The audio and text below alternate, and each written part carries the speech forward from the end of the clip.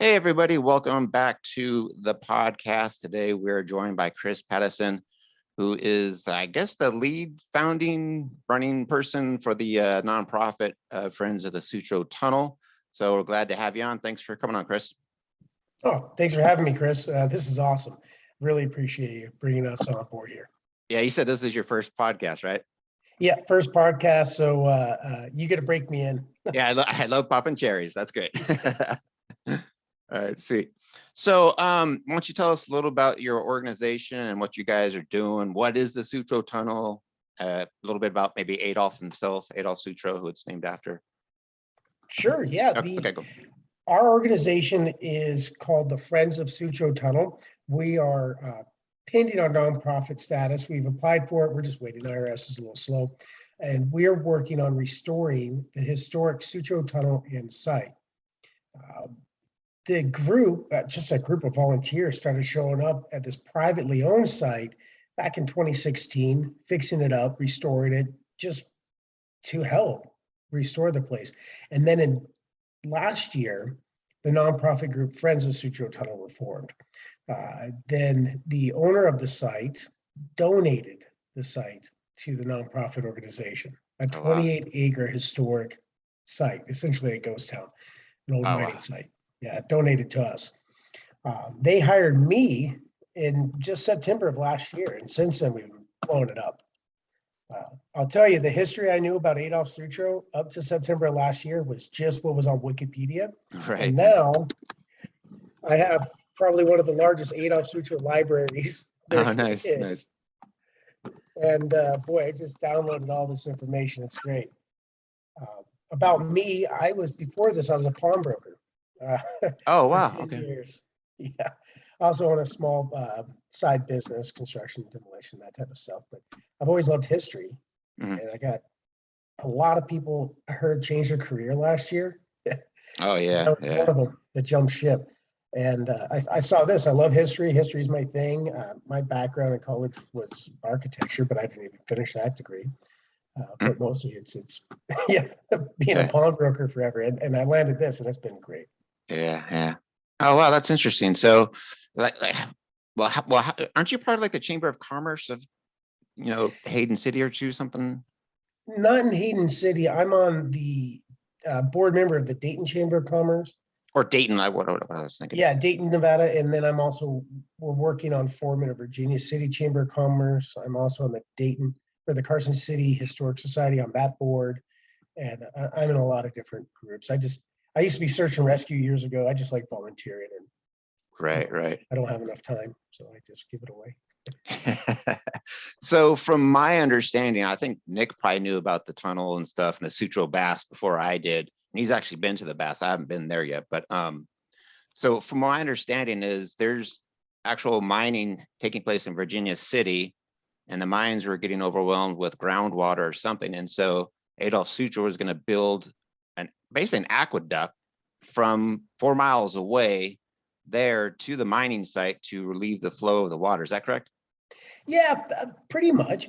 What was happening is the mines of Virginia City were flooding. That was a huge issue for them.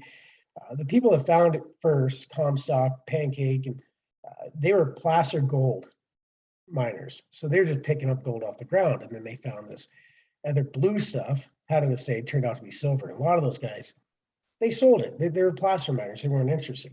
And then the deep miners started coming in. These guys, they were digging down and were hitting water. Adolf Sutro came out here and he said, well, why don't we just do what they do in the rest of the world, in Europe and Germany, where he was from originally, like the Harz mines. He brought engineers from Europe out to Nevada. At that time, it was still we were Utah territory, and brought them out here, and they decided this exact location would be the perfect place to build a drainage adit to drain the water out of the flooding mines of Virginia City. Not only did it drain the water out of the mines, it also ventilated the mines. They were able to transport ore. At that time, they weren't relying on diesel, they were relying on water running the stamp mills. So the ore would be able to transport through the tunnel to the stamp mills along the Carson River. There was also the Yellow Jacket Fire. That gave him his original seed money. That happened August 1869, and then September 20th, 1869, Adolf Sutro had his famous speech, his lecture on mines and mining at Piper's Opera House. Got his first $50,000 to start the tunnel. And that was from the miners themselves, the guys that lost their friends to the Yellow Jacket fire. Oh yeah, I've heard of that one too. So Adolf Sutro was a businessman basically, and he's just doing it for business purposes. Yeah, really. Right, right. Well, if you're coming to Nevada in the late 1800s, you're probably coming here to make money off of silver. But he started out Prussia, which now Germany. His father had died. His father was, he had linen factories. I think it was towels and some other linens that they manufactured. His father passed away, and he's 13 years old, and he's told he has to run the family business now. Yeah. And he does it. And he is a self-taught engineer. And then war breaks out. So he and his family, they're like, well, let's go to the States like a lot of people are. All right. Yeah, he ended up back east, then traveled, I think it was from New York or Maine, south, and then crossed the Isthmus of Panama. Because at that time, there was no train system going from New York to San Francisco. You had to go south to Panama, cross Panama, and come back up to San Francisco. And he, at that time, was a cigar merchant. And they had heard about the silver being found, the Comstock lode, and he came over here to figure out how to make money on it. Now, he wasn't a guy swinging a pickaxe, except for maybe one picture that he had staged. Right. He was a business guy. He's like, Right. what do I do? And he ended up selling off most of his shares in 1879, and that's when he went to San Francisco. But then after that, his younger brother, Theodore Sutro, took over.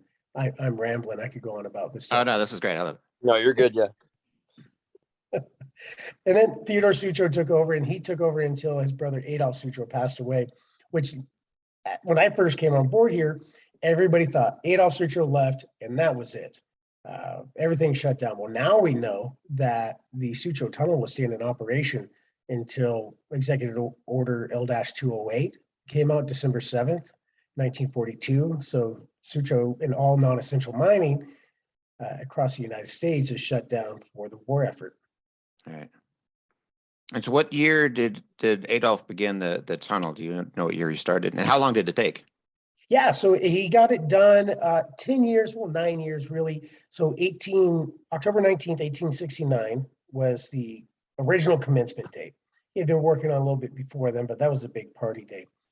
He completed it in 1870. Well, he reached the Savage Mine in 1878.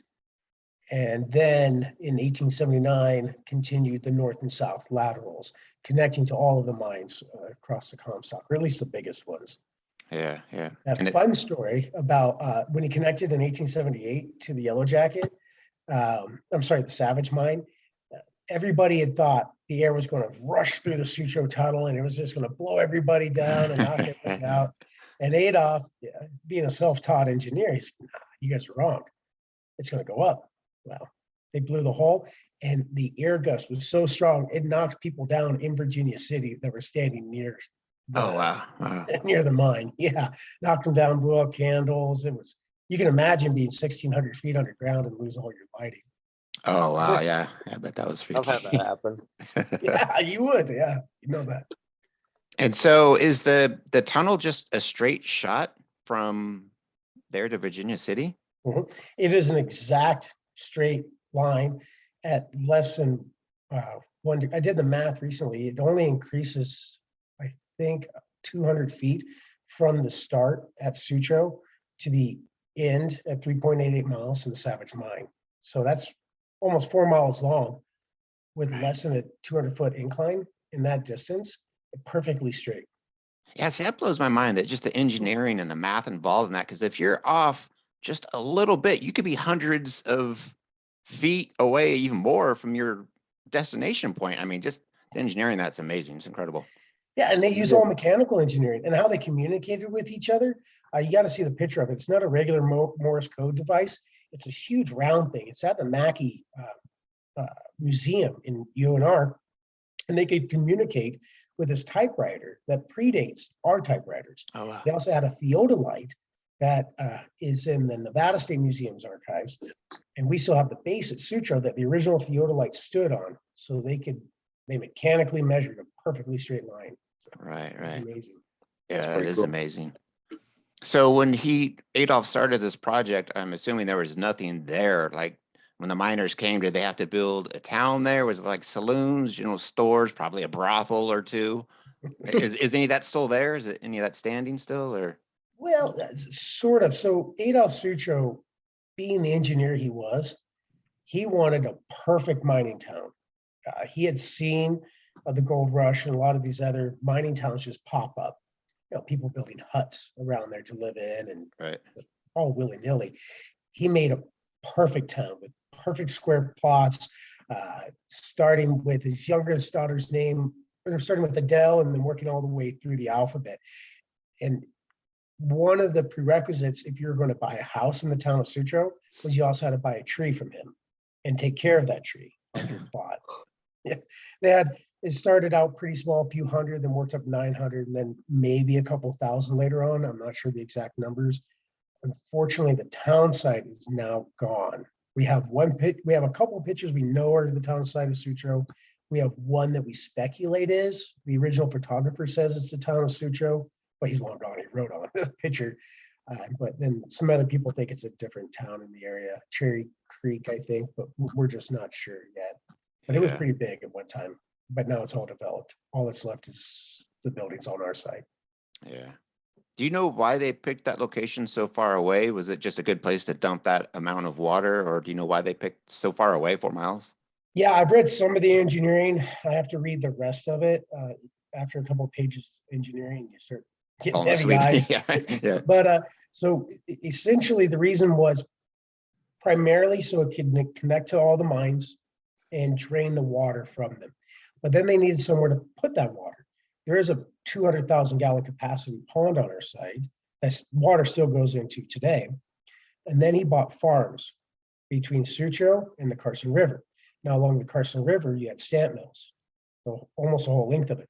Those stamp mills at that time were using mercury instead of cyanide.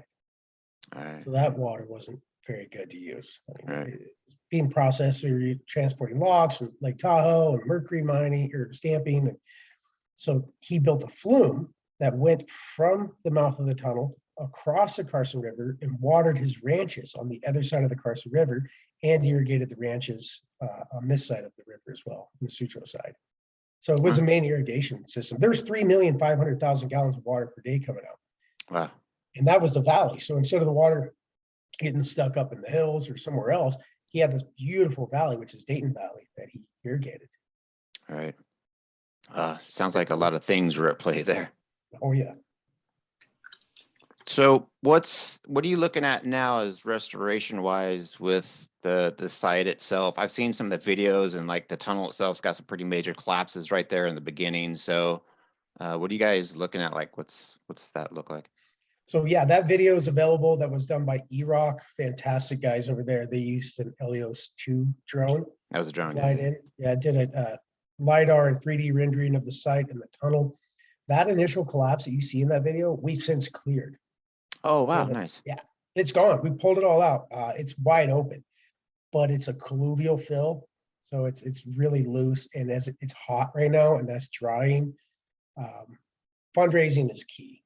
We are completely reliant on donors and ticket sales and merchandise sales. That's how we're paying for this.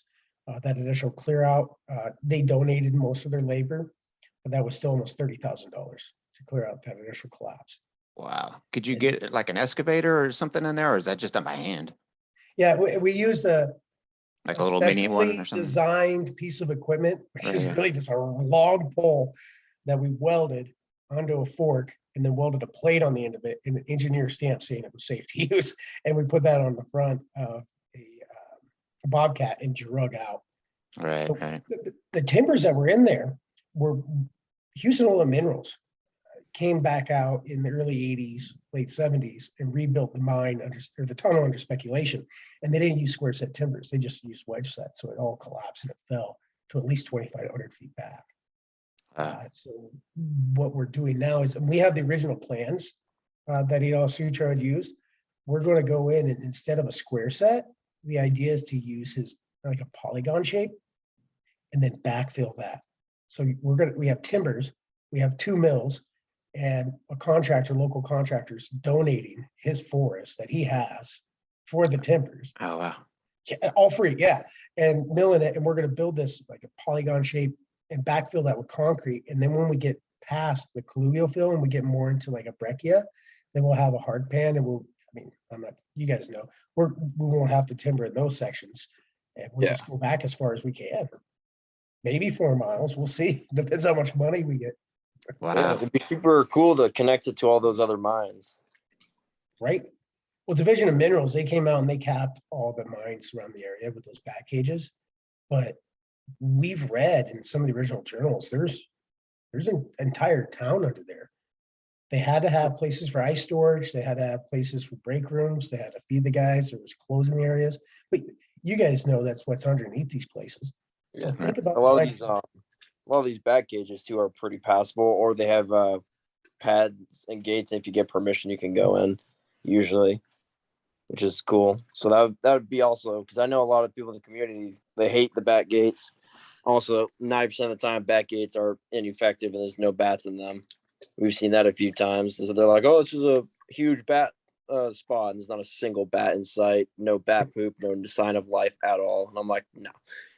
It's like, what we could do is buy it and turn it into a museum and restore it. Because like you said, there's like helmets and like pictures of like letters and all kinds of like stuff just frozen in time. And that's what's amazing about in these deep mines and drainage adits. When this one, everything at Sutro is 4 times the size of your standard mine. Our ore carts are massive.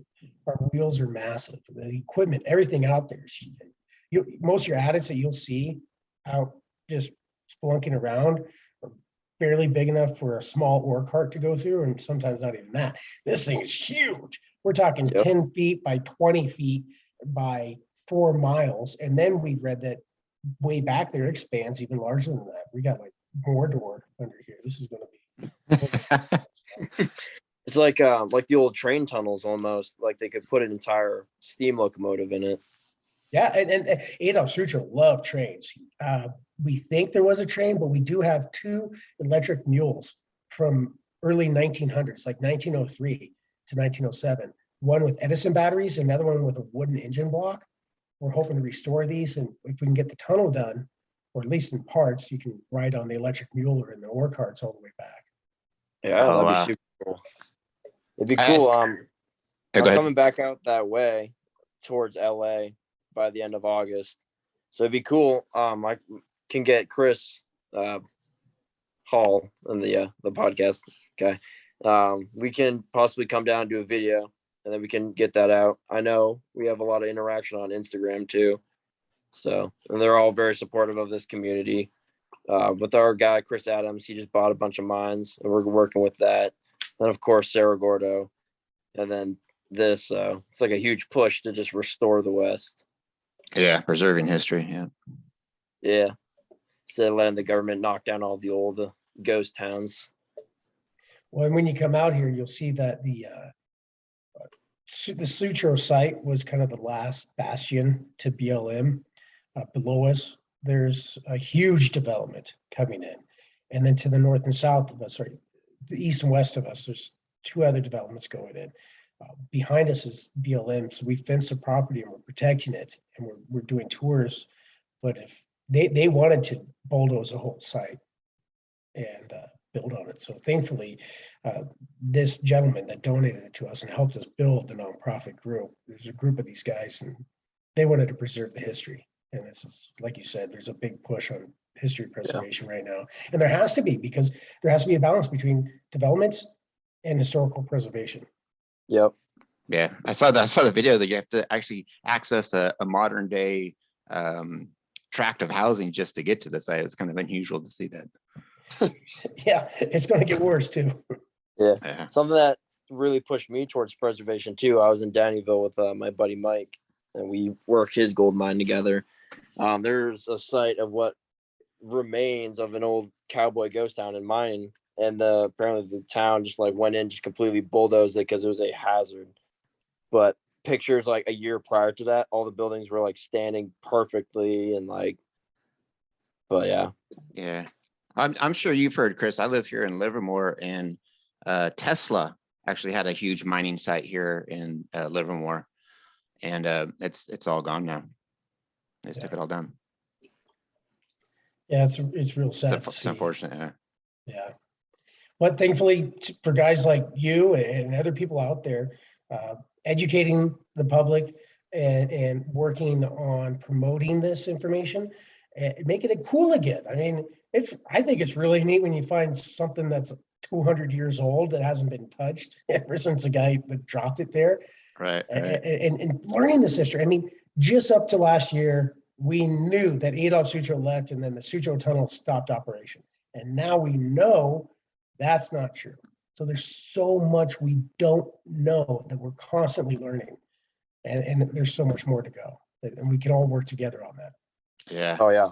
That's the big part, get the community together. And it is growing again. People are becoming way more curious. I'm seeing it on every media platform. People like going out and doing urbex stuff, or like just going on basic hikes and exploring, especially with mine stuff now. Like we posted a video of finding one of the earliest Hercules powder dynamite boxes buried in a mine. And it went viral. It got like 6 million views or something. Something crazy. And it was like super cool because it was like one of the original Hercules boxes from San Francisco when San Francisco was first being like built, like basically under Sutro. Yeah. See, that's the fun stuff to find. Yeah. You guys love it out here at Sutro. It was stamped on it. It said like San Francisco, like 1872 or something on it. Oh wow, that's pretty cool. Wow, that is really old for a Hercules box, 1872. Yeah, it was like the original company before they became like Hercules Inc. Yeah. Well, I tell you what you got to do, Chris. You got to start a YouTube channel like Brent did, and that's how you're going to get your funding, your investors. Brent is amazing. I don't know. That guy's a lot better at video editing than I am. Have you talked to him? Have you met? I watch his YouTube. Like right, the rest right. of us. I've been watching his YouTube for a couple of years when he started. Yeah. But I'm not as cool as Brent. I'm just another big nerd that got a cool job. Hey, we'll all get there. I'm trying myself, and then Chris, and then our buddy Owen. We're all starting our channels, and then Chris Adams also. We're kind of like, hopefully can get Brent involved, like build like this just like powerhouse, and then maybe eventually take it to the Discovery Channel and make, like you said, history cool. It's funny you say that. Before we got on, I was emailing a couple different places. You remember Deadwood? I think there could be definitely a Deadwood style series on mining on the Comstock and between Comstock and San Francisco and this whole area. I mean, we can make William Ralston as like the Sweargen and William Sharon and Adolf Sutro in there. And they had some fun stories too. I mean, I don't know how much of the history in these individuals you got into, but William Sharon, his girlfriend hated him. She would shoot at people whenever he'd come around because she just didn't like him. And she always had a gun. A lot of fun stories from back in those days. Oh yeah. I don't know if you watch those Gold Rush shows on TV, but I'm friends with one of the owners from Dirty Miner Apparel, who's been featured on that show several times just for their clothing, their shirts and hats and stuff. And he's real good friends with the producers of the Gold Rush show. So I reached out to him. I'm like, hey, if you ever want to start a show in this area about people working on projects and things like that. So I don't know what's going to happen with that, but the vibe's been sent. So we'll see what happens. That's what you got to do. You got to send it out there. Yeah. There we go. He had one. Trying to figure this out. Here we go. There you go. Yeah. I'm wearing that for my caving expedition this Saturday. Yeah, they're a sponsor of the podcast. So I'll have to send you guys out some Sutro shirts too. Yeah, I'll gladly wear them. Yeah. Trying to get back into posting a lot more. I've been kind of busy the past few months. Are you guys involved with the Sutro Bath at all? Because there's like very factual based kind of like conspiracy theories that there's a massive coal mine under almost all of San Francisco that starts at the Sutro Bath. We were investigating and we found tracks sticking out of a cliff that's like partially filled in. There's like Wow. a concrete and timbered off section under the Sutro bath with like 12 gauge track sticking out of it. Under the Sutro baths? Yeah. On the cliff down on the beach. Well, And then I wouldn't doubt it. There's Look, some weird stuff yeah. there. Did you know that Adolf Sutro's ashes were found in the 70s in an urn over there? And then they That's took so it weird. and somebody stole his ashes. Nobody That's knows where he's so- at. And then he built another tunnel. So there's that tunnel at the Sutro bath. So who knows? I mean, that'd be fun. Let's go check it out. We'll start digging and see if they stop. Yeah, us. we were starting to poke into it. There's like the sea caves too, and apparently there's a way into the mine through the sea cave. But every time I go, I completely forget to bring climbing gear, and I just like look down the hole. I'm like, yeah, no, I'm not free climbing that. Hey, like, I got my it's high so- angle rope rescue certification from Sierra Rescue. Let's do this. Yeah. But yeah, it's on the docket because I think that would be super cool. Like rediscover that because down by the track there's remains of like what looks like an old concrete pier. There's an old like 40s era truck bed just like in the rocks and rubble. Wow. Yeah, it's I never super heard cool. any of that. That is cool. Yeah, I'll have to send some of the photos over to you. I Please do. documented a lot of it. I'd love to Yeah. see that. And that's what it's about. It's about sharing information too. I mean, Oh, yeah. and like you guys just said a little bit ago, before it was kind of a lull in attention, but just that last YouTube video that the History Hunters just came out and did, it's already got 30,000 views in 2 days. I mean, that's a lot for mining and history and us nerdy stuff. Yeah, that's cool. Yeah, that's cool. Yeah, and that means that it's about ready just to explode. So when you're talking about all of us getting together in our different groups and working towards that mutual goal, there's a lot of interest right now. We could definitely do it. Nice. Yeah. It's definitely happening. We're at about 170,000 followers. Or my buddy Owen, who does a lot of stuff with us, he's at about 140K. It's like it's growing. Our videos we constantly post, people are always loving it. Obviously, we get the typical like hater comments like, I hope you die down there. It's like, whatever. or my favorite, they're like, have you seen the movie The Descent? Do you see any vampires? I'm like, no, that doesn't happen. Well, that one video you did with the square set timbering, when you're down inside the mine. Oh, looking up. Oh man, that just makes your heart sink. I had to delete so much footage of that because when we found that room, it was just swear after swear. I'm just like, holy beep, beep. Oh, and look, beep, beep, beep. I'm like, oh my God, we found it, beep, beep, beep. And I'm like, we can't put that on media. I got an explore coming up this weekend in Nevada City, California, to a mine that has never been documented to the public before. So I'm pretty excited about that. So good stuff. Yeah, it's the lava cap mine, Banner lava cap mine. Are you going to publish that so everybody can watch it? Oh yeah, I'm going to film it, document it, and put it on YouTube and all that stuff. Oh yeah, of course, for sure. Yeah, so that'll be fun this weekend. And they've got a bunch of shafts.